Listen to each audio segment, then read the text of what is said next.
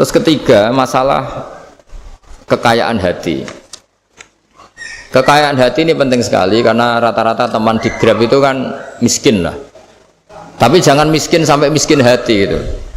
Bahwa kamu nyari nafkah itu sudah ibadah, berkelana di bumi Allah juga ibadah, menyaksikan macam-macamnya orang itu juga ibadah. Bahkan menambah khazanah ilmu. Di antara warisan ilmu yang kita dapatkan dari Rasulullah SAW, misalnya kamu jalan-jalan, punya kaki dua, punya tangan dua. Gara-gara jalan-jalan sering ngerti orang yang buntung. Alhamdulillah meskipun saya hanya Grab masih punya kaki utuh. Terus ketemu orang buta ya gitu. Alhamdulillah ladzi afani mimma btalaka bih. Alhamdulillah saya terselamatkan dari seperti itu. Sehingga melihat orang maksiat juga gitu. Saya meskipun gini terselamatkan dari tempat maksiat dari. Sehingga hidup itu tidak nelongso gitu. Ada nilai lebih yang kita punyai. Jadi di antara kebaikan Islam adalah orang disuruh ingat sisi nikmat. Nah, kalau nikmat itu sudah ada semua, kata Imam Ghazali, nikmat hidup. Kata Imam Ghazali, jika enggak ada kenikmatan yang Anda punyai, kamu datang ke kuburan. Disuruh datang ke kuburan. Dan kamu bilang begini, kenikmatan kembali ke dunia adalah kenikmatan yang diinginkan mulai yang mati zaman Nabi Adam sampai kiamat. Jadi kalau Fir'aun yang pernah jadi raja, Namrud, semuanya, bahkan orang-orang soleh sekalipun, kalau kamu tanya keinginan terbaiknya apa? Ingin kembali hidup untuk membenahi kesalahannya zaman hidup. Artinya apa? Kehidupan yang kita miliki sekarang adalah kenikmatan yang dirindukan mulai yang mati zaman Nabi Adam sampai kiamat. Maknanya apa? Kita punya kenikmatan yang luar biasa karena kenikmatan yang dirindukan oleh orang yang sudah mati mulai dulu sampai sekarang.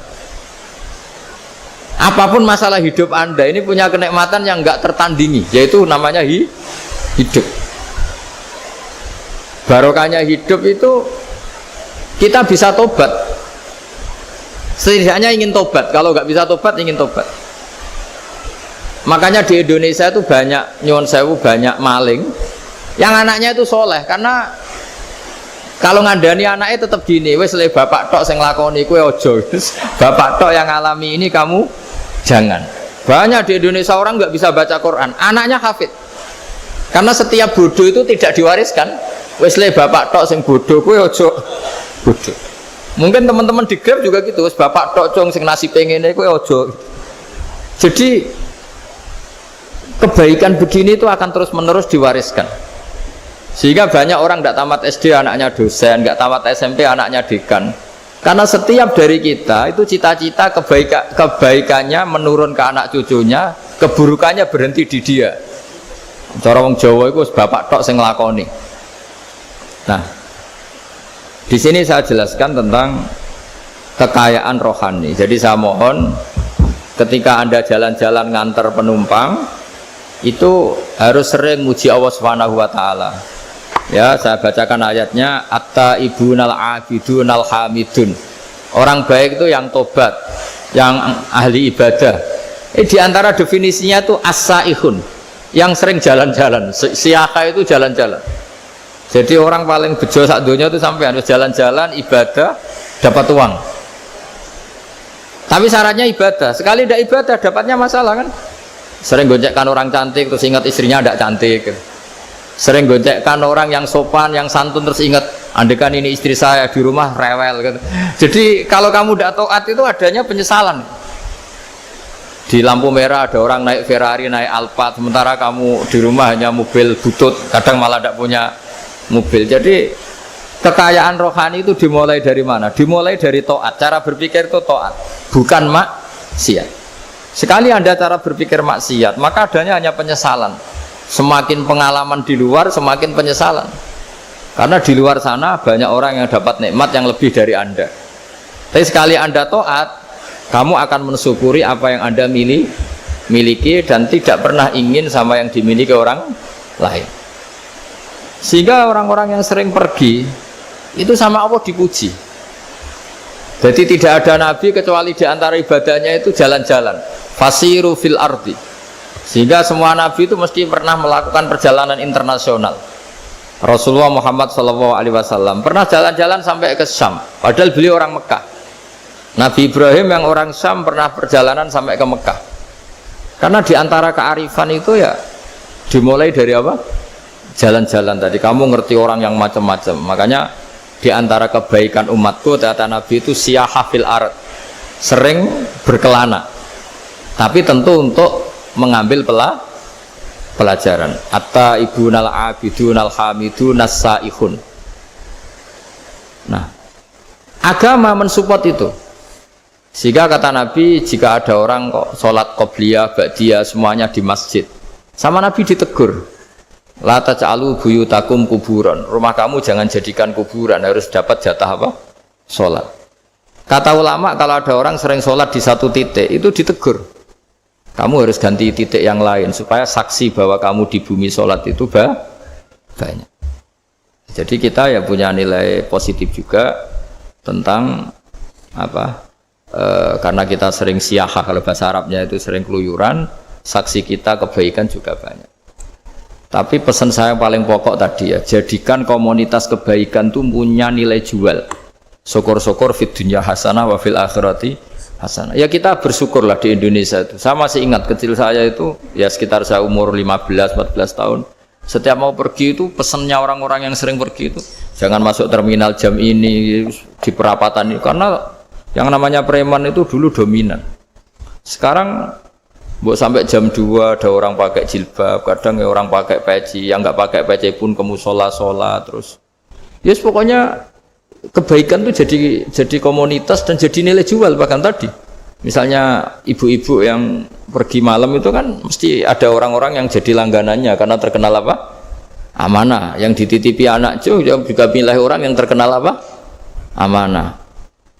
Nah, nilai amanah ini harus kita jaga terus supaya kamu ya bisa bekerja, orang lain juga nyaman karena amanah tadi, Allah juga senang karena amanah itu perintahnya Allah Subhanahu wa ta'ala. Dan Indonesia harus menuju ke sana. Pemimpin juga harus gitu. Pemimpin bawaannya amanah, bawaannya apa, yang memilih dia juga senang karena nggak malu lah. Tapi kalau kita milih ternyata kita pilih tahu-tahu ditangkap KPK kan ya malu gitu.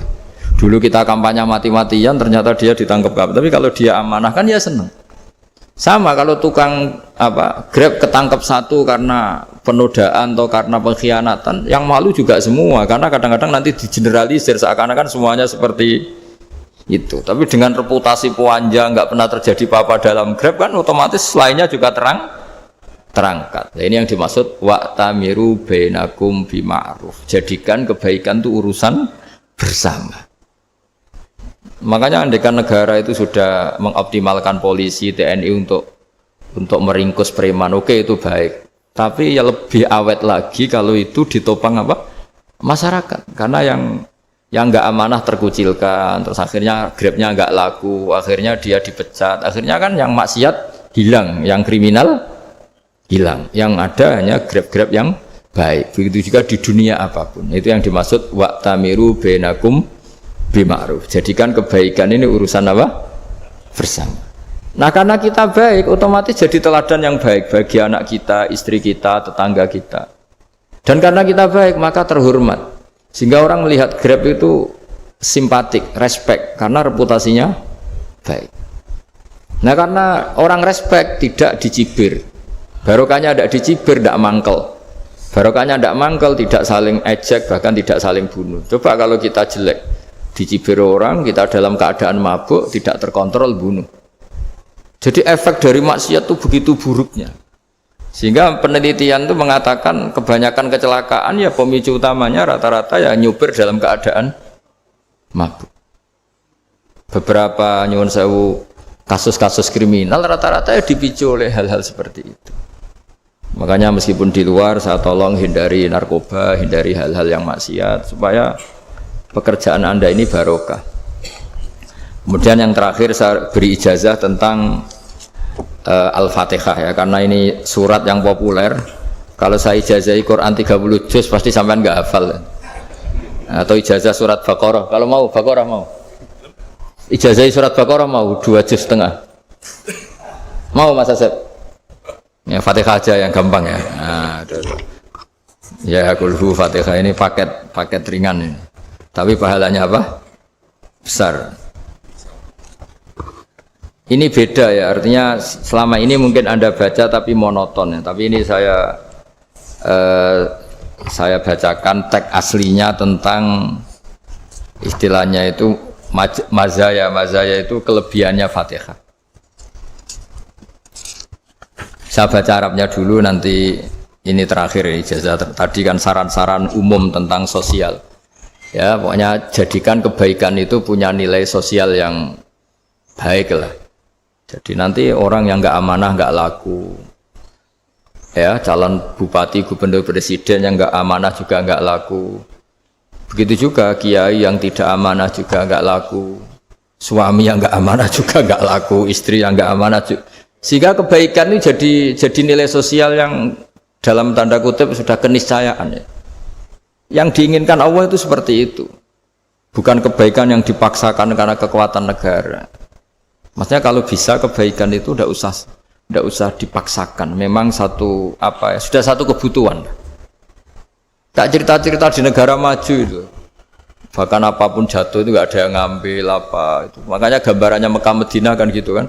Barang jatuh nggak ada yang berani ngambil, itu saking sudah jadi sistem. Sehingga banyak negara di Eropa itu yang sampai nggak punya tentara, nggak punya polisi karena kebaikan sudah.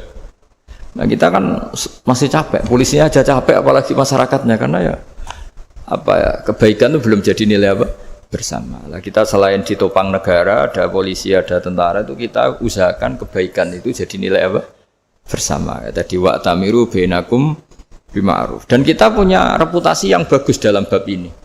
Saya masih ingat kecil saya itu yang jilbaban hanya keluarga kiai. Sekarang rata-rata masyarakat itu jilbaban. Dulu yang sekolah SMP, SMA itu jilbaban kadang dulu malah dilarang ya, harus sama seperti itu seragamnya.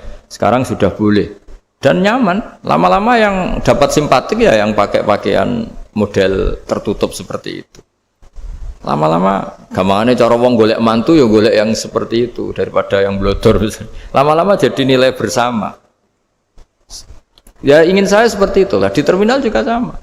Orang mau makan cari warung yang kelihatan ada ayat kursinya, pakai jilbab atau paling enggak dia enggak mungkin lah nyuguhkan yang tiren atau yang haram. Akan ada garansi sosial. Ada apa?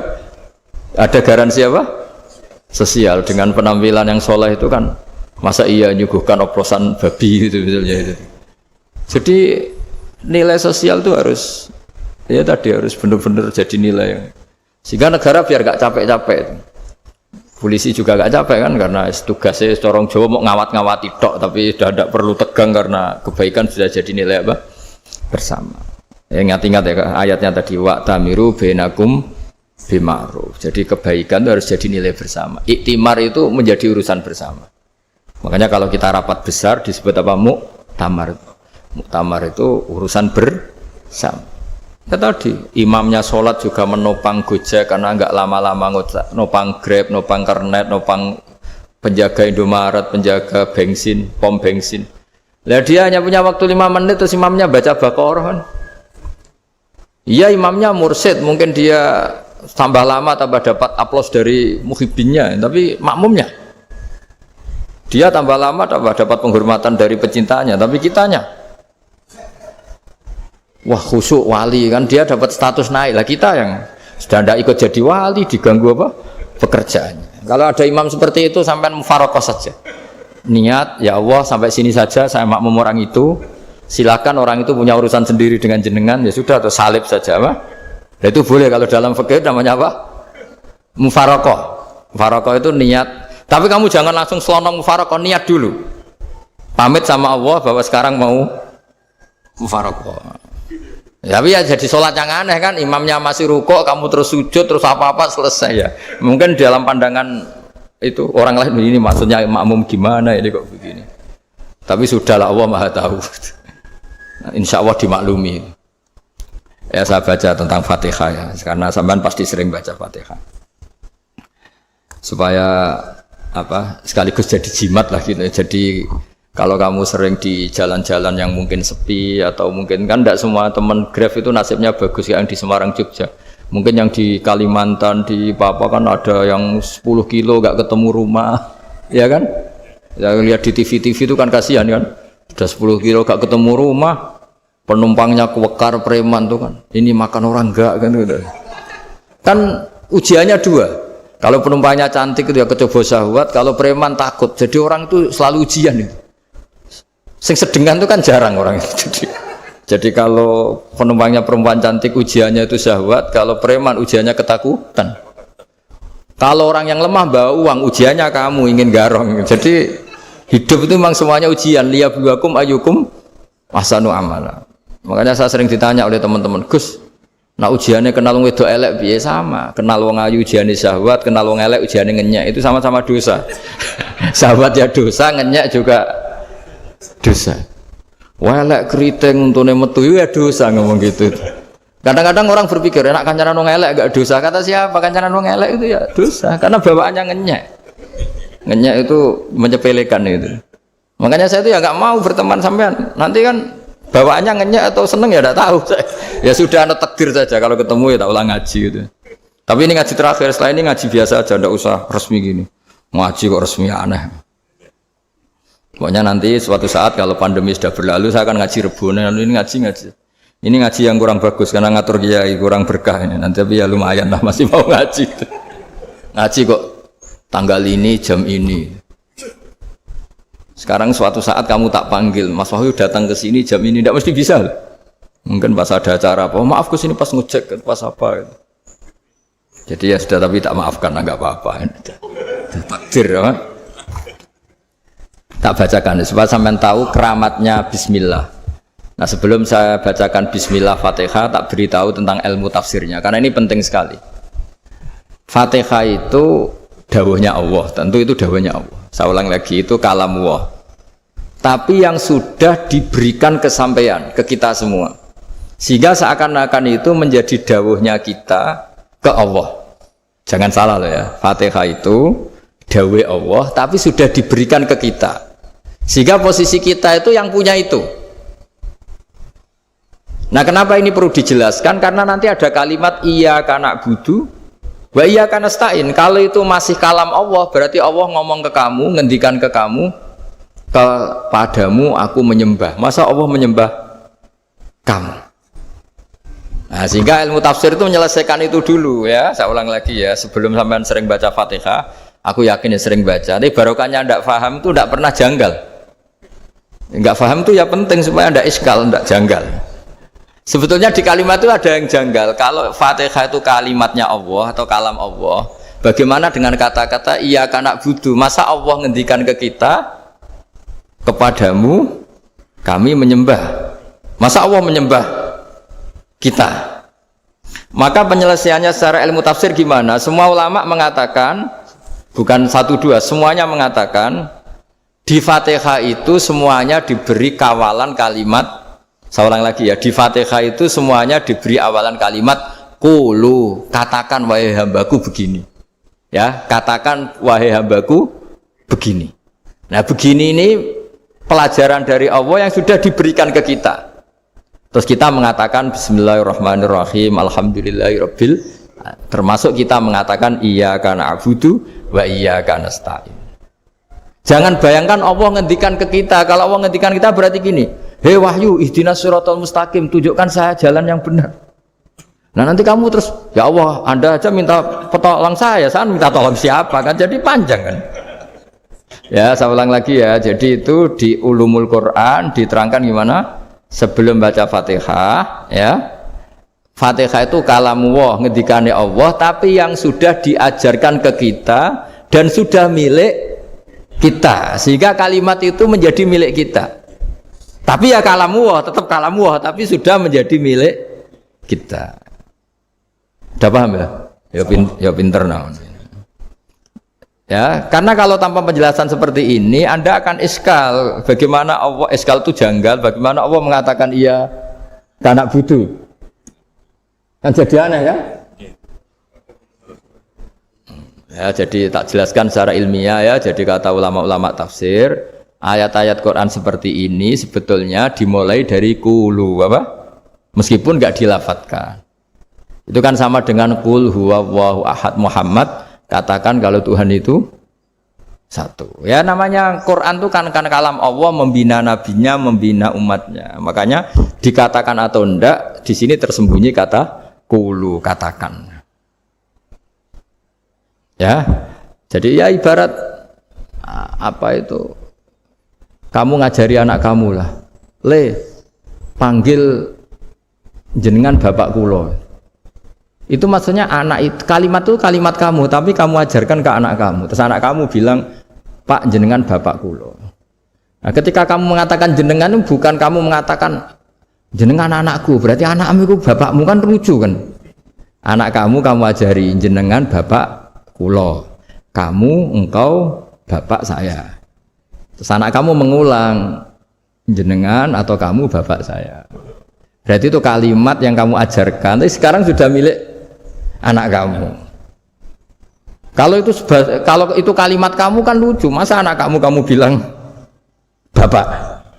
Nah itu seperti itu. Jadi ulama memberi solusi atau jawaban iyyaka na'budu wa iya, itu sebelumnya ada kata-kata qulu, katakan wahai hambaku, hubungan kamu dengan saya adalah katakan iyyaka na'budu wa iyyaka nasta'in. Terus hubungan kamu dengan saya katakan juga dalam doamu ihdinas siratal mustaqim. Jelas ya, jadi itu kalam Allah yang sudah milik kita karena diajarkan Allah untuk kita. Dong ya? Ya dong, gak jelas gak. Tapi bagus, gak jelas itu bagus. Kalau kamu jelas gak jadi di Grab, jadi gubernur.